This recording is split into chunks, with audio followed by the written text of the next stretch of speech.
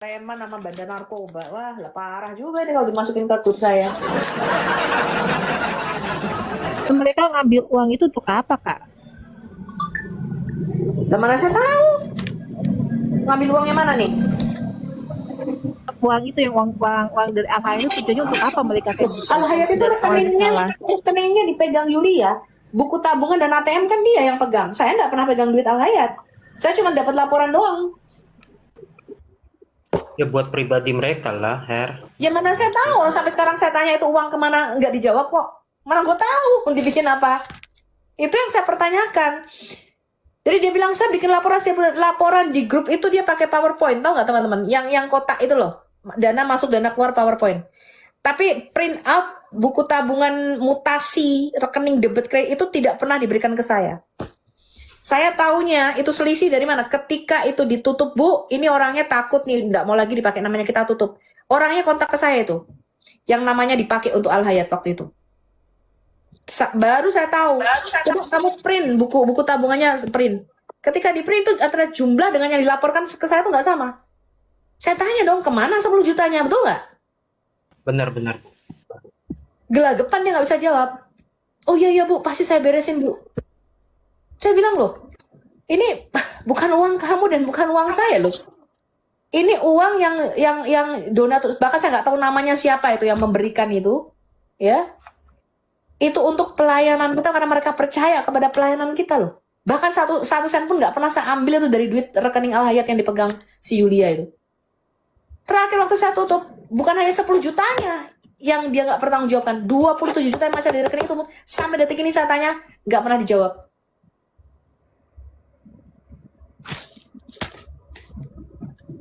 Ya, kemarin dia naik ke komanya Kak Reda bilang batch 1, batch 2 pakai uang saya tidak pernah meminta dia mengeluarkan uang pribadi dia. Tidak pernah itu. Bahkan saya dulu ngomong gini, setiap bulan kamu ambil dari uang, kamu kan melayani, betul nggak? Saya nggak pernah tutup mata loh. Kamu tanya itu antara WAFM dengan Al Hayat. Yang ngajar di Al Hayat, yang ngasih kalian ngajar, itu ditransfer nggak sama Bu Sofi? Itu yang nolak waktu itu kalau nggak salah pemikir ulung Bu. Pemikir ulung nggak usah Bu kalau nggak salah waktu itu. Semua itu saya kasih teman-teman, minimal 500 itu saya transfer. Romo Daniel masuk di Al Hayat 3,5 juta kalau nggak salah waktu itu saya transfer. Romo, rekeningnya mana Romo? Saya bilang. Ini ada berkat buat Romo, karena Romo udah ngisi di Al Hayat. Romo Daniel Biantoro loh itu. Saya nggak pernah merem teman-teman. Jadi kalian pikir tuh pelayanan di saya gratisan? Saya nanti. Kalau saya yang ngajar, saya ketika saya ngajar di Al Hayat, tidak ada satupun saya ambil dari rekening Al Hayat. Paham ya?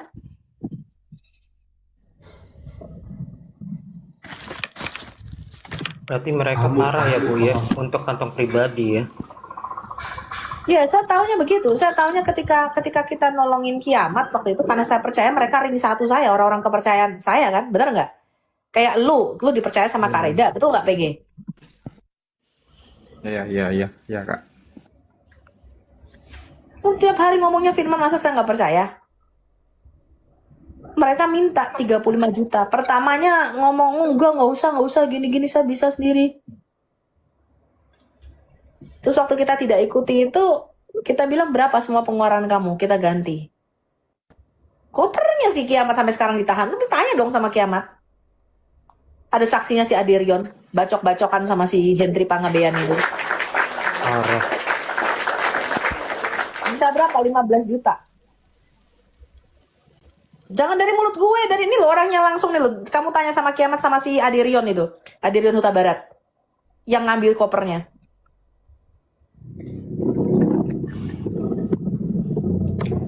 Saya sampai bilang begini loh.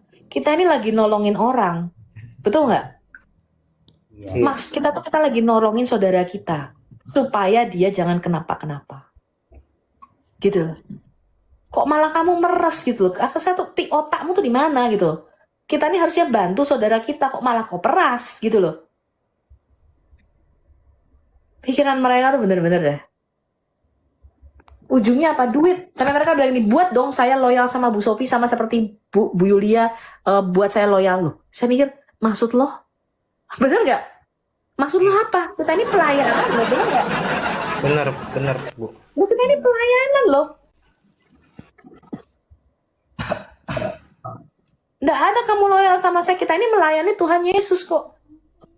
Kebetulan saya dia lihat kamu mau ikut di dalam pelayanan ini, monggo silahkan kalau kamu memang satu visi dengan saya. Al-Hayat gitu loh. Saya punya visi sendiri, saya punya aturan sendiri. Saya bilang nggak ada ini cara preman di Al-Hayat kayak begini. Kita nggak terima hal-hal kayak gitu di karena saya ini bukan kepala preman gitu loh teman-teman. Ya kecuali saya ini kepala preman ya tak rekrut orang-orang kayak gitu, betul ya? Benar. Oh saya ini bukan kepala preman kok. Ngacungin pistol di depan gue, PG bilang, Bu, ini pistol masih baru loh Bu. Gara-gara gue gak transfer 35 juta. Saya bilang sama dia, saya kasih kamu waktu 3 bulan bikin visa ke Amerika. Kamu bunuh saya kan, bikin visamu ke Amerika. Sampai sekarang punya nggak duitnya buat bikin visa? Nah, nggak punya duitnya, ngomong doang.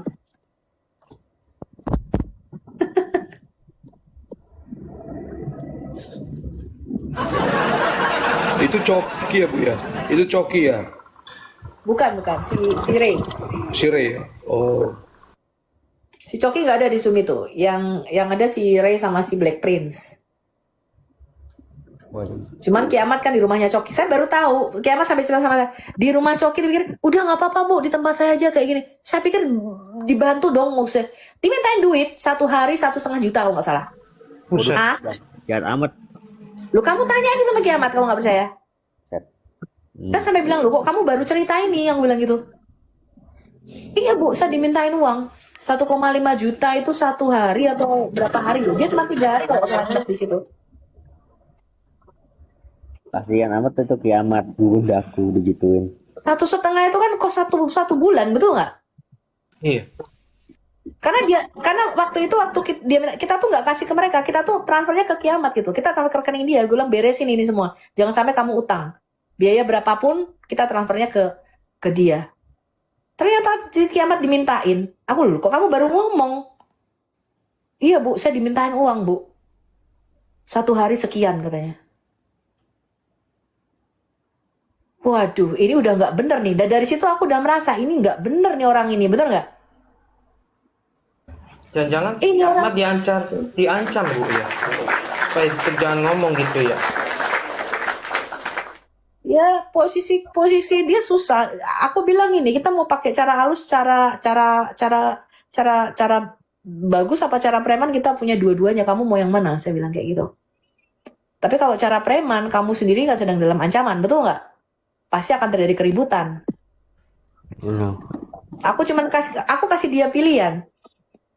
Dan ini memang kesalahan aku. Aku tidak menyangka bahwa itu orang-orang yang aku percaya. Mana-mana gue tahu, PG. Orang setiap hari itu mereka mentor di Al-Hayat kok, ngomongnya Tuhan kok. 1 kali 24 jam kok.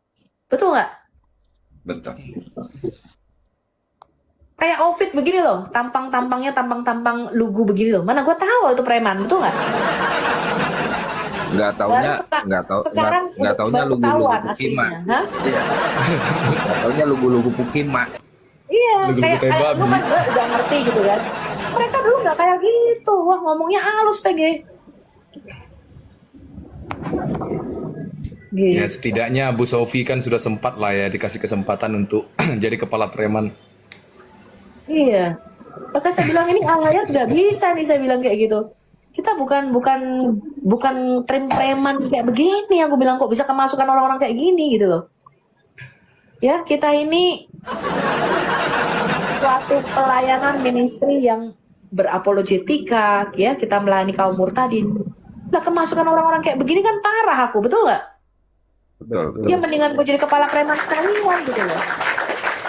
Itu dia. Tapi kalau kayak lu kan dari awal lu udah kayak begini PG gitu loh. Jadi lu ya apa adanya lu gitu. Ke mereka enggak. Mereka dulu kayak outfit begini loh, lugu-lugu polos gitu. Gitu loh. Iya. cara cara yang paling apa namanya paling halus untuk menghina kecerdasan kita ya dengan itu bertampang inosen. Berarti Ya, besok kalau masalah aku berarti kalau besok aku gaya-gaya kayak Deki Ngadas kaget dong Kak Sophie. ya ada perubahan kok berarti. Cuman emang begini ya, agak riskan juga. Karena apa? Pertama aku memang tidak ngerti mereka ini siapa, gerejanya di mana, betul nggak? Aku nggak kenal gitu secara pribadi, nggak pernah ketemu aku sama mereka. Kita basically hanya ya percayalah kayak gitu ya kan. Nah itulah yang menjadi karena aku orangnya ya memang aku selalu berpikiran positif gitu loh. Nggak pernah aku berpikiran. Bahkan sampai kemarin pun aku kan masih di komennya Kak Reda, aku masih RK ini sayang loh. Padahal ini salah satu apologet yang kita bisa support, betul nggak? Bah lah kok ternyata begitu dia. Makanya aku nih kena terus gitu ya. Aku terlalu mudah berbelas kasihan gitu. Pokoknya kalau mukamu agak-agak melas gitu tuh aku udah langsung pengen ngasih duit aja gitu loh. Ya. Aku jadi ingat almarhum bokapku. Hampir tiap hari aku marahin karena itu gampang iba. Ini Bu Sofi ini harus ada yang marahin tiap hari berarti nih.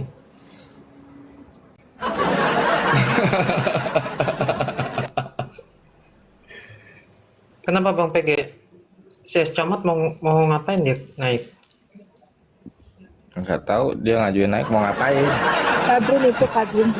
Kadrun itu. Oh, Eskomo kadrun itu. Kadrun itu. Fansnya Herlina kayaknya. Fans Erlina. Apa fansku kau PG.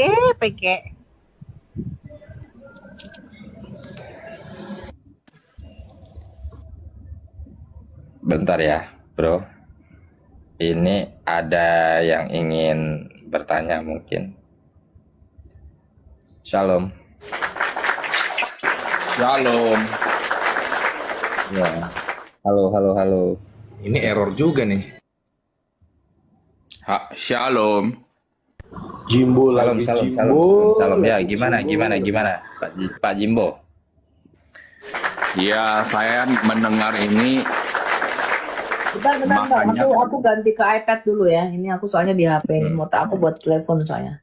makanya kalau orang megang duitnya itu bukan dari keringat sendiri, ngocornya pun gampang. Itu biasa itu. Jadinya kalau orang terima ada duit tapi duitnya bukan dari keringat sendiri itu gampang ngocornya. Jadi jatuhnya ke tempat yang salah jadinya. Duitnya bukan dari keringat.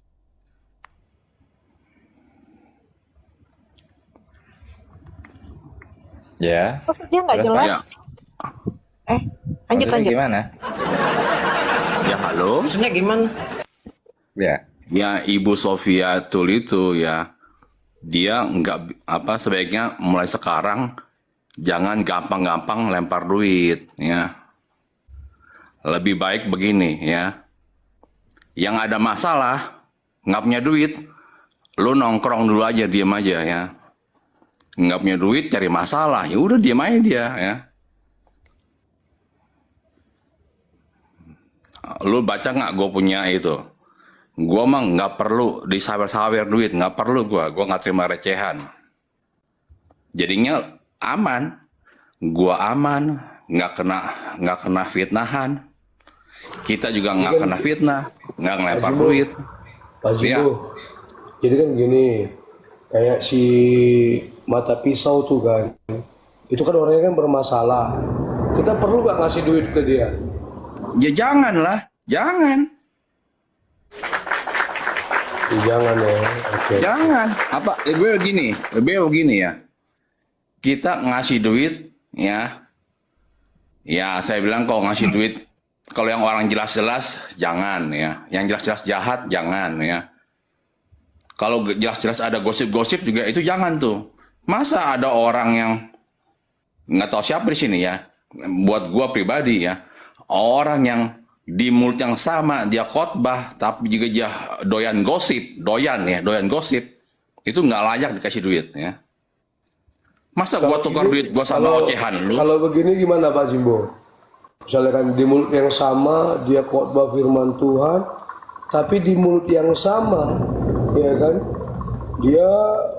dia pesta pora, mabuk-mabuk, main cewek. Jangan. Kalau definitif itu terbukti, jangan ya. Gua juga, kita akui ya, gua juga kadang-kadang pun ikut bukan doyan, tapi tersandung, tergelincir dengan gosipnya. Tapi kalau sekali, jangan diterusin lagi, besok gosip lagi, terus gosip ya. Yang begituan nggak layak itu, nggak layak tapi kita gini kasih kan, duit. gini kan, ada orang bilang, kok gosip, padahal yang ditunjukkan di Komal itu data, fakta, masih dibilang gosip. Sementara di Komal yang lain, cuman ngomong doang, nggak ada data dan faktanya. Ini yang gosip yang mana sih, Pak Jimbo? Ya, memang sangat sulit ya. Kita akui lah ya. Kalau kita mau menyebarkan data yang real, yang benar itu, seharusnya juga penyampaiannya seperti kayak warta berita kan. Kita menyiarkan berita, tapi dengan nada yang datar, tidak yang melecehkan atau yang menghina ya. Ya memang sangat sulit. Memang kita demannya yang negatif kita akui lah ya. Belum menjawab pertanyaan.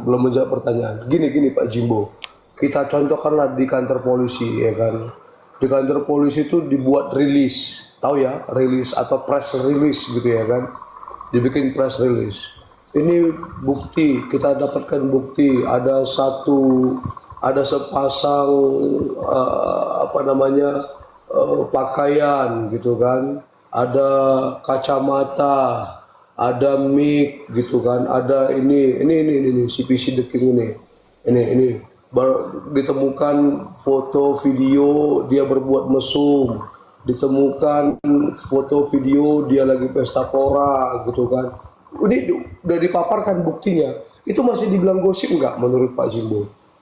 Tidak gosip, itu fakta. Iya.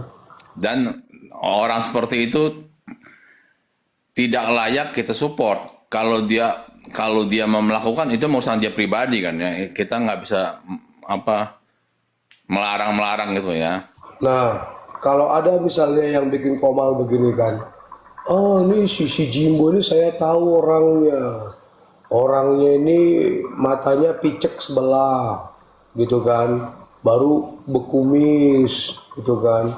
Baru sering pakai kacamata karena matanya suka jelalatan, gitu. Tapi cuman omong-omong doang, gitu. Itu gosip apa fakta ya, Jimbo? Ya bisa fakta juga ya. Dari mana jalan ya bisa? Nggak bisa fakta dan bisa. Turun aja Pak Jimbo. Parah lu. Aku bilang error. Itu ngomong apa sih, orang nggak jelas hidupnya. Aduh. Ngomongnya dan bilang orang error. Enggak, berarti ngomongnya aduh Pak, aduh.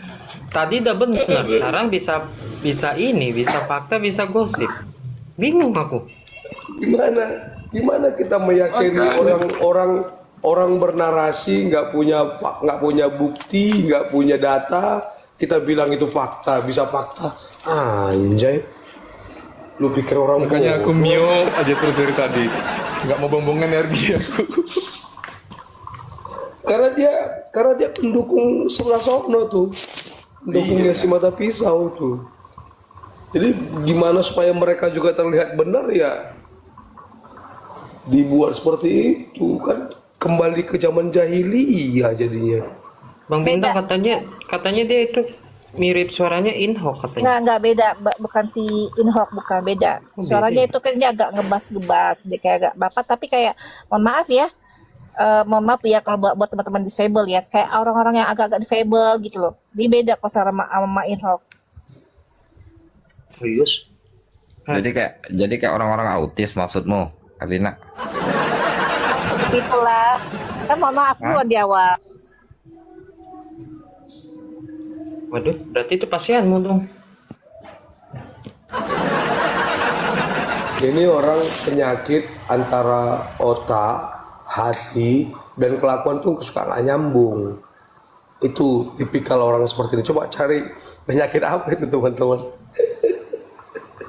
lanjut. Antara struktur otak, sistem saraf, Iya, sama iya. mental Tindakan, dia. sikapnya nggak sinkron gitu. Ada Mungkin kalau penyakitnya. berhadapan-hadapan mungkin kelihatan tuh gerakan saraf motoriknya juga bermasalah itu. Iya, ada penyakitnya.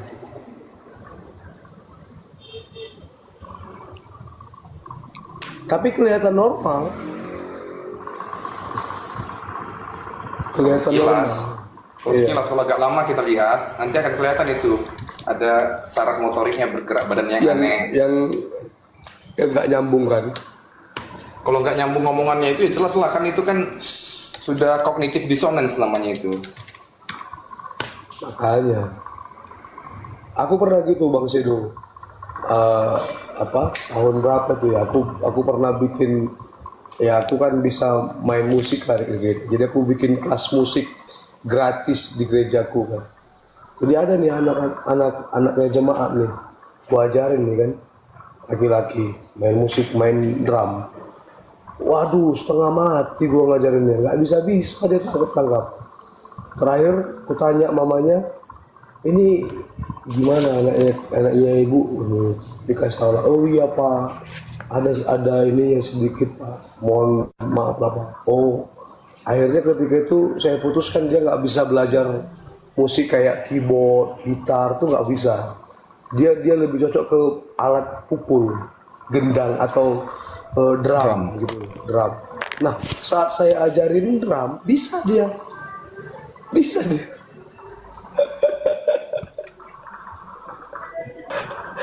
dia drum. Sekarang malah jadi pemain drum dia di ibadah sekolah minggu gitu. Ya memang ada yang begitu. Dan aku baru tahu si Jimbo tadi sampai sedewa. Mungkin kalau dengar suaranya kayaknya udah tua ya. Ya dokter ya, kayak udah tua tadi kan si Jimbo itu kan. Ya mungkin kepala 4 lah. Udah ini teman-teman mohon maaf ya. Satu kayak ada kayak autis, tapi kayak agak, aku sempat tengok fitinya kayak agak-agak sedikit ya agak kurang-kurang lah, kita maklumin aja lah Iya, ya. betul. Kayak ADHD, autis gitu ya. Berarti ada rada-rada kurang seonnya gitu, Herlina. Iya, betul. Kurang on, kurang parah.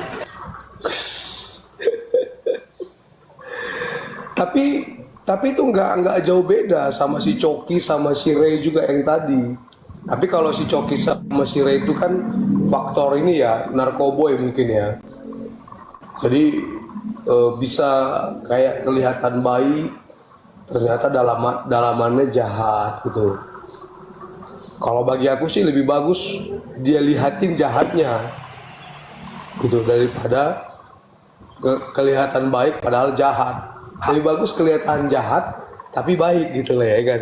Betul nggak kira-kira Bang Sedo? Gimana Bang Sedo? Aduh, kalau aku 1,5 juta per hari Bang Sedo. Itu gaji presiden itu loh. wih,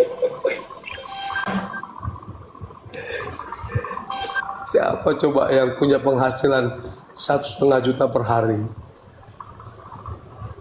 Apalagi di Indonesia. Itu kalau beli narkoboy bisa berapa haji tuh Bang Sedo? Bener nggak? 3 saset lah. 3 saset. Coki yang tahu harga itu. Kalau Sedo nggak tahu ya. Tahu Bang Sedo. Coki itu pinter, dia main skill ya kan, mau paket 200, 400 setengah. Oh itu ditimbang lagi, itu diproses lagi di rumahnya. Ya. ditimbang lagi. Tahu lah. Kalau Bang Sedo latar belakangnya dari polisi pasti tahu lah dia. Polisi ya. Mau ngapain lagi Pak Jimbo naik? Wah, kangen kali Aku sama jadi- Bang PG. Nggak usah Kangen kan? dinaikin lagi lah. Kangen sama Aku Bang jadi- PG.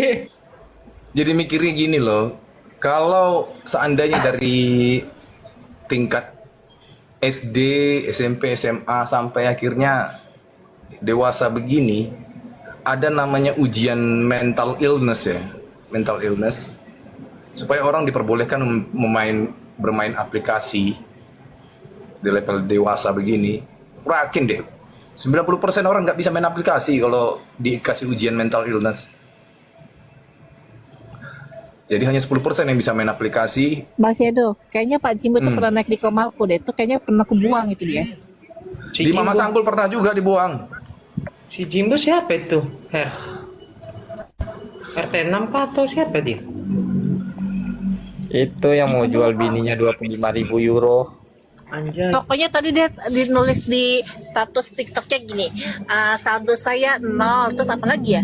Lupa lah, pokoknya awalnya situ lah. Aku tengok video ininya saldonya, di saldo saya 0, terus apa lagi belakang-belakang embelanya itu.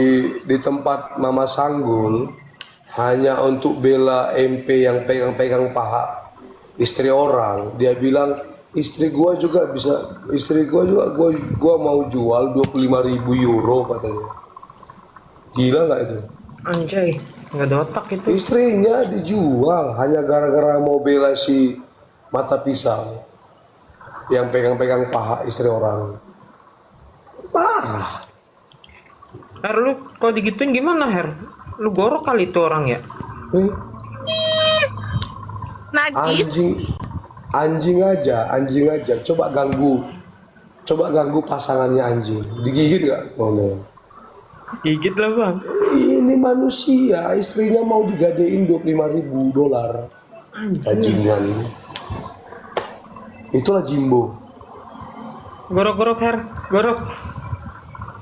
Makanya tadi ku bikin pertanyaan-pertanyaan seperti itu, pertanyaan-pertanyaan yang menguji kognitifnya, waras enggak? Iya, betul.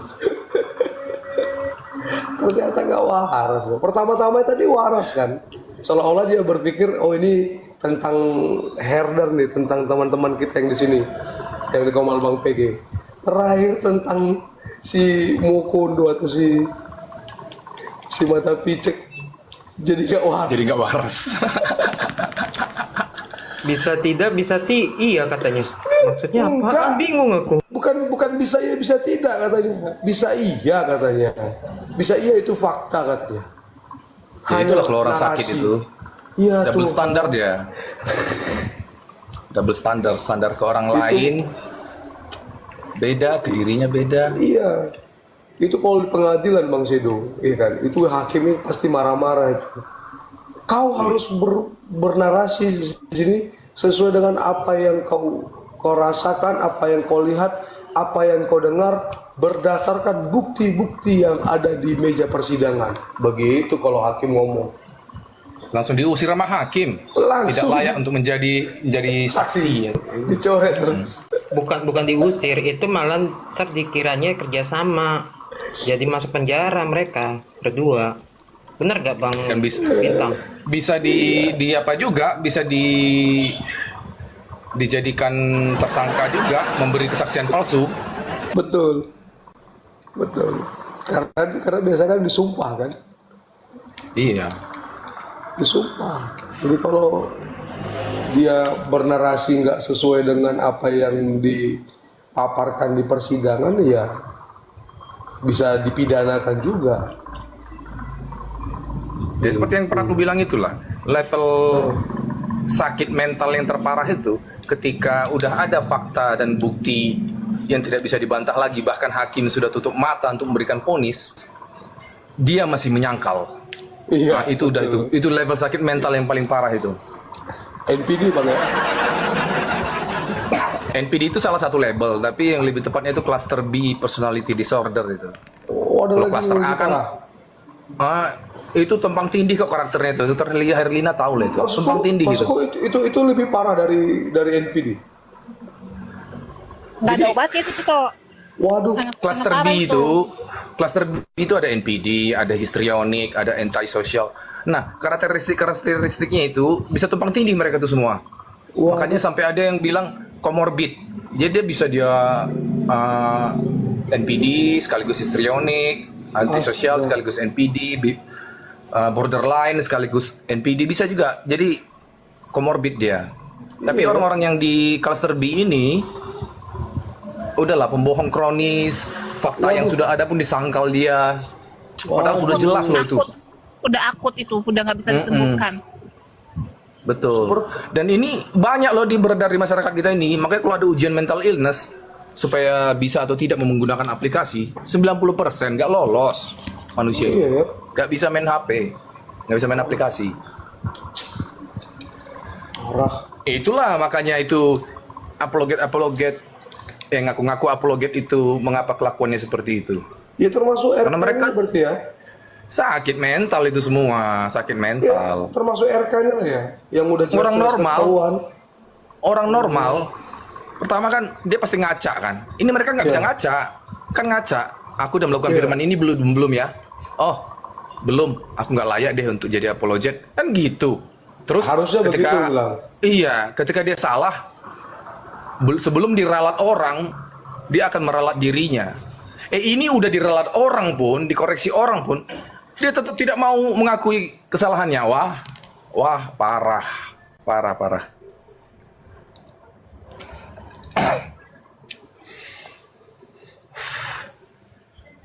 Yang kasihan ya penonton-penonton yang naif-naif, yang masih muda-muda di bawah ini.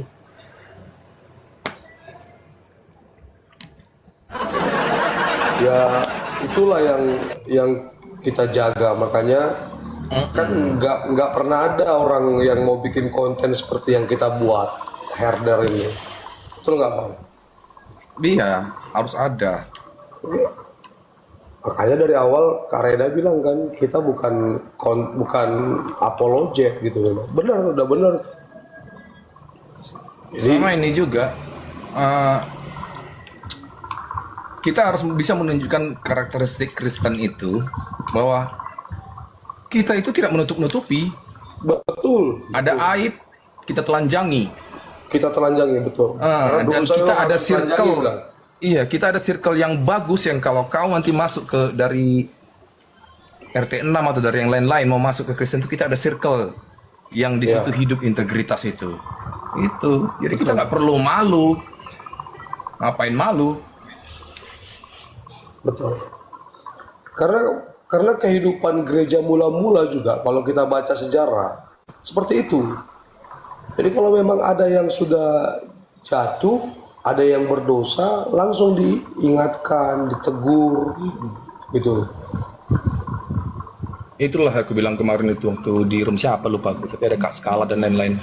Ada filter yang hilang setelah sekian lama.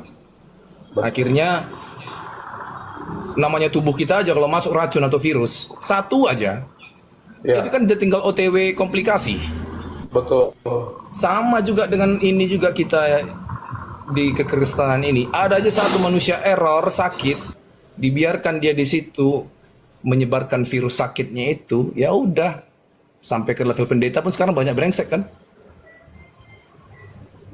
Betul. Nah itu makanya filternya ini harus diperkuat lagi. Tapi sebenarnya kalau dibahas dari sudut pandang sosiologi sebenarnya itu dimulai dari keluarga juga sih. Karena mereka kan nanti akan keluar menjadi masuk dalam organisasi termasuk gereja. Orang tua sibuk nyari duit, anak nggak ditumbuhkan integritas.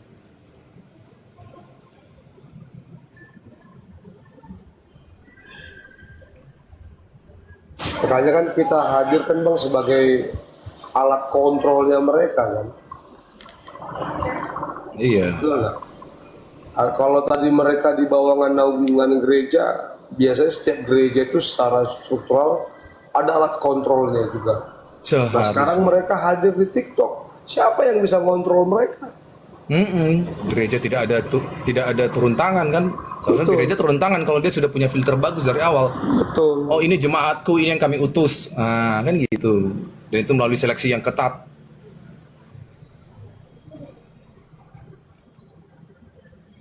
Ini enggak.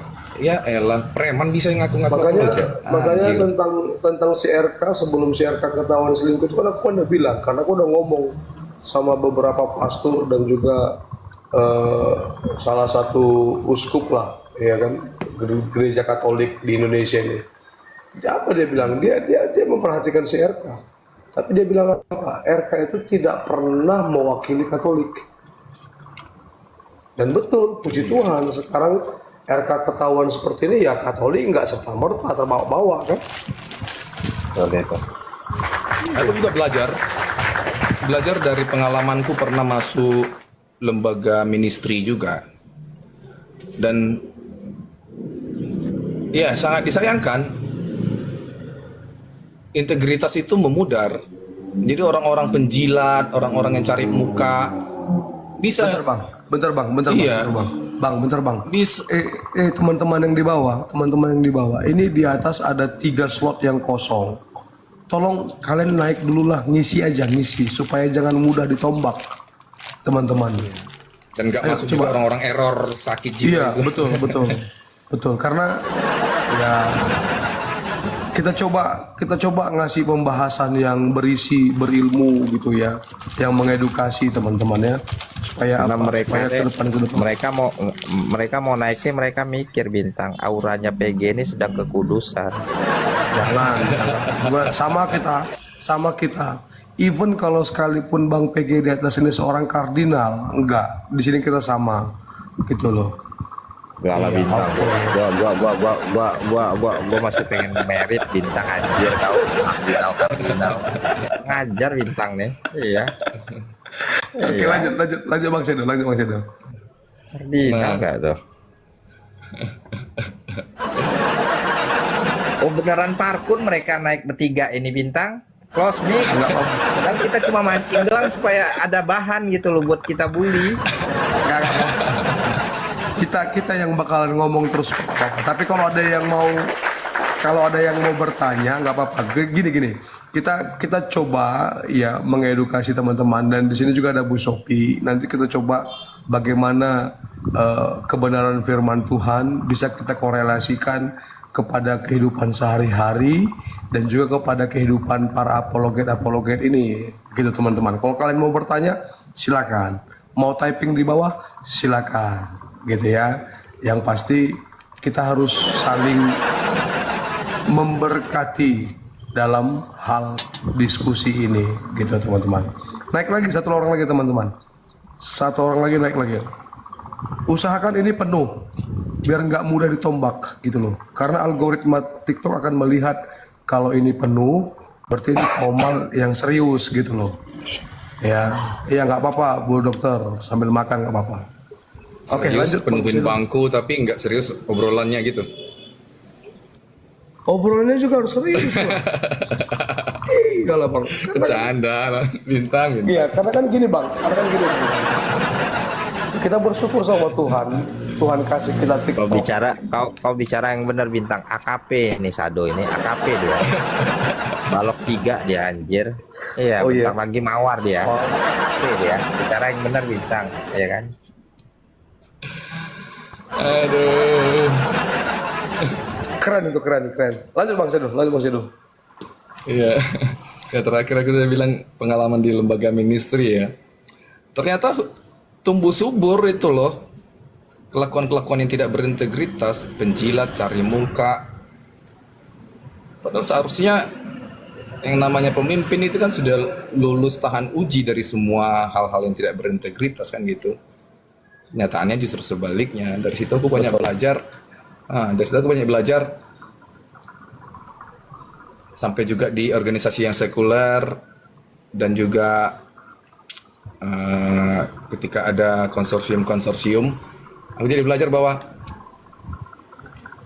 untuk kolektif memang kita harus benar-benar orang-orang yang sudah berintegritas dalam jumlah yang sedikit, lalu kita buat filter yang ketat untuk menambah orangnya satu persatu, satu persatu. Iya, betul. Tidak semerta-merta diiyain aja, entah karena dia punya apa gitu. Enggak, integritas dulu nomor satu. Enggak peduli dia punya apa. Itu integritasnya sudah bagus, kita masukin, bertambah pelan-pelan. Enggak usah cepat, lambat juga nggak apa-apa. Yang penting orang-orangnya sudah orang-orang teruji integritasnya. Ya Situ sama, baru bisa hidup. sama yang dibilang kayak Bu Sophie tadi kan, kayak si Coki sama si Re itu kan, yang tadi dibilang Bu Sophie, di depan saya baik loh mereka, tanya kan, baik loh mereka, dan ya seperti kita ini polos-polos, lugu-lugu gitu kan, tapi ternyata Ya itu para dia. mafia semua, narkoboy Integritas semua. itu perlu diuji. Perlu diuji. Jadi kan aku udah bilang kan sebelumnya kan, Bro Bintang juga ada di sana kan. Waktu Iya. aku ngomong Ya, kepura-puraan. Kalau Mas Anggun. Betul. Iya, kepura-puraan itu akan gagal di konsistensi. Betul. Makanya perlu diuji dalam jangka waktu tertentu. Biasanya makin bodoh, makin bodoh mereka, makin cepat kok ketahuan. Betul. Makin lebih makan butuh waktu. Tapi tetap Artinya intuisi gini, kita Bang, itu ya. akan nangkep kok. Nggak gini Bang Sido. Aku coba mau menerjemahkan apa yang kau bilang Bang Sido. Artinya konsistensi itu diuji, variabelnya apa? Waktukah?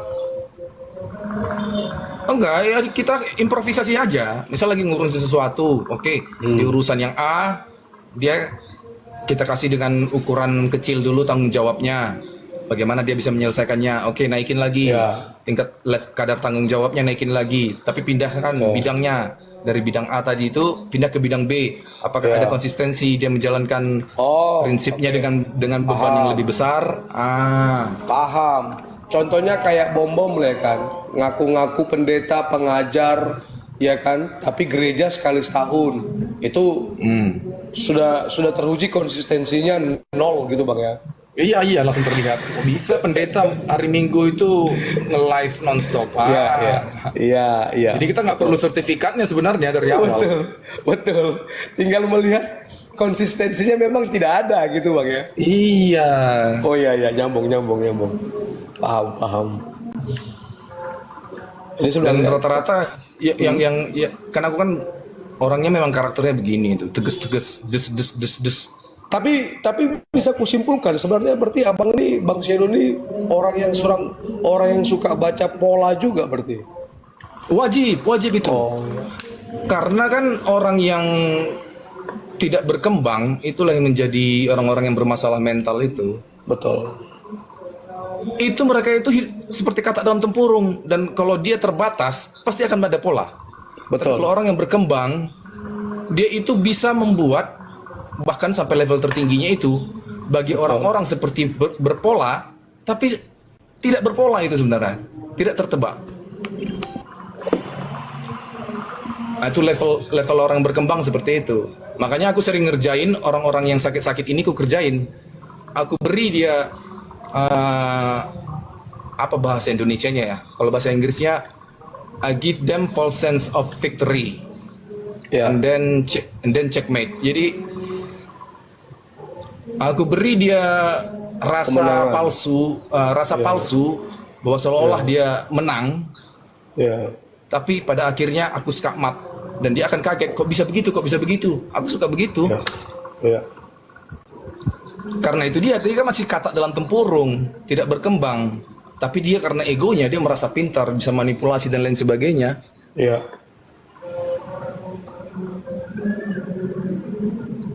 Tapi ujung-ujungnya kita kasih skakmat. Artinya kan catur kan yang penting kan skakmat, nggak peduli mau habis itu pion itu semua, kuda peluncur sama benteng melayang, yang penting kalau memang hanya dengan raja dan queen bisa bikin skakmat, ya kan? Jadi kan dia mendapatkan rasa palsu kemenangan itu kan awalnya. Iya, itu sama seperti pola yang dimainkan Spender yang telepon bom Bang. Abang pernah dengar nggak cerita itu? Jadi kan ini Spender sebenarnya kan udah curiga nih, bom itu ternyata nggak benar dia membangun gereja, bom-bom itu nggak benar membangun pelayanan kan gitu, karena dia kan sering minta donasi, minta bantuan, sampai ditelepon-telepon tuh spender. Nah itu cara yang abang bilang itu dipraktekin tuh sama si spender. Dia bilang begini, Pak Bom Bom, coba tolong saya lihat mana gereja yang Bapak bangun, nanti berapa kekurangannya saya tambahin lagi gitu.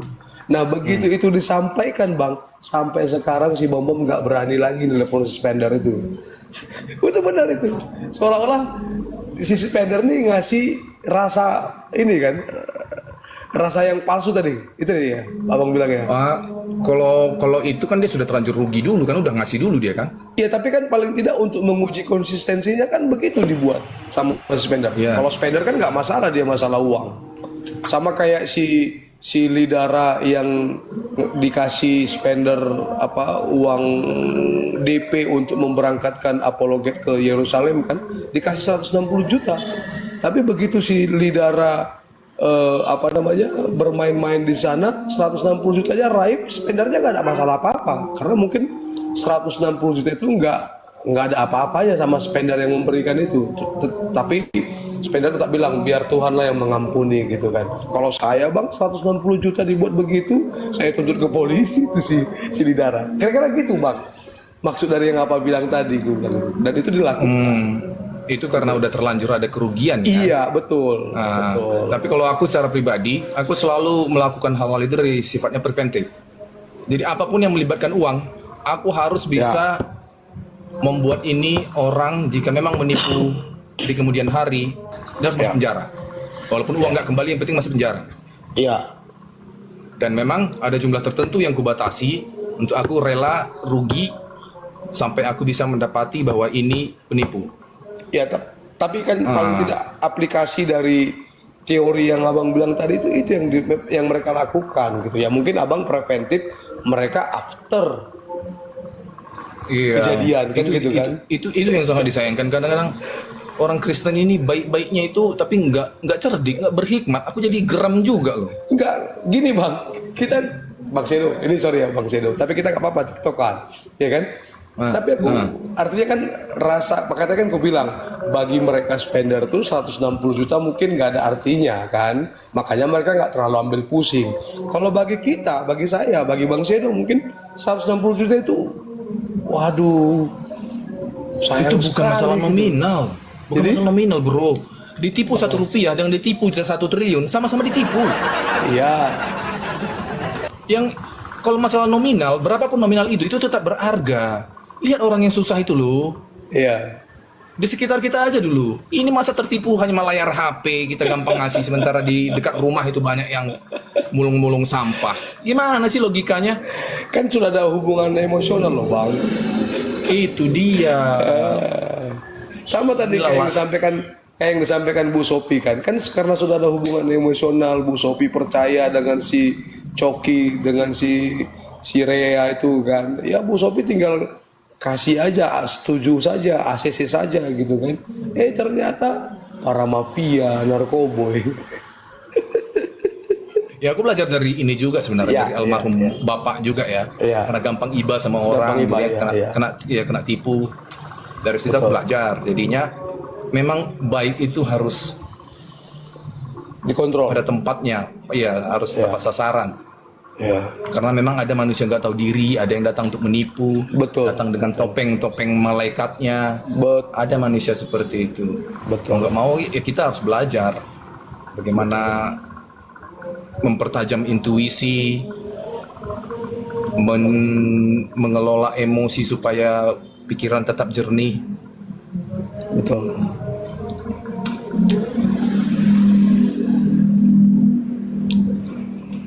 Jadi kalau aku mau pepet ngomongnya sampai sekarang tidak ada pembohong atau penipu yang lolos dariku, tidak ada. Karena aku menguji habis-habisan memang. Karena aku juga pernah di bisnis utang piutang kan. Jadi tahu kan, kalau udah berurusan dengan duit ini kan itu sangat mengundang penipu-penipu, iya. Betul. Apalagi perempuan-perempuan gold digger itu kan. Banyak Weh. sekarang tuh bang, banyak itu bang. Banyak banget datang seolah-olah ih. Kalau bang PG udah dilewatinnya tuh. Prinsip, kau punya utang, bayar dulu utangmu. Jangan kau ngangkang-ngangkang kalau utangmu ini nggak lunas. Dan di kalangan apologet juga itu ada bang. Di kalangan apologet ada. Apa bintang? Yang Gold udah digger, gold kelewati. digger. Hah? Perempuan Gold digger. gold digger. Aja. Dan itu terjadi memang di perempuan apologet. Kayak contoh siapa? Si Grateful. Kan perempuan ini juga gold digger. Makanya Mojat sampai punya utang 200 juta kan? Siapa lagi? Agatha of Palermo. Dulu waktu belum dibongkar herder. Waduh, orang percaya dia. Murtadin. Ternyata penipu. Tapi Bintang Hanya punya demi- pengalaman nggak? Punya pengalaman nggak? Ketemu gold digger, Punya. tapi dia tidak ada apa? Dompetmu tidak terkuras. Maksudnya ya Punya. kalau keluar pun paling makan lah ya. Punya pengalaman bang. Dan Tapi akhirnya saya- dia tidak jadi menggali emas darimu. enggak. Saya pernah punya pengalaman itu dan jujur ya saya bukan mau memuji diri ya. Integritas saya di dalam Tuhan lah yang memberikan saya kemenangan atas mereka. Serius bang. Serius. Ya kalau sekedar makan kan ya wajar lah. Dan itu kita yang bayar loh. Nah,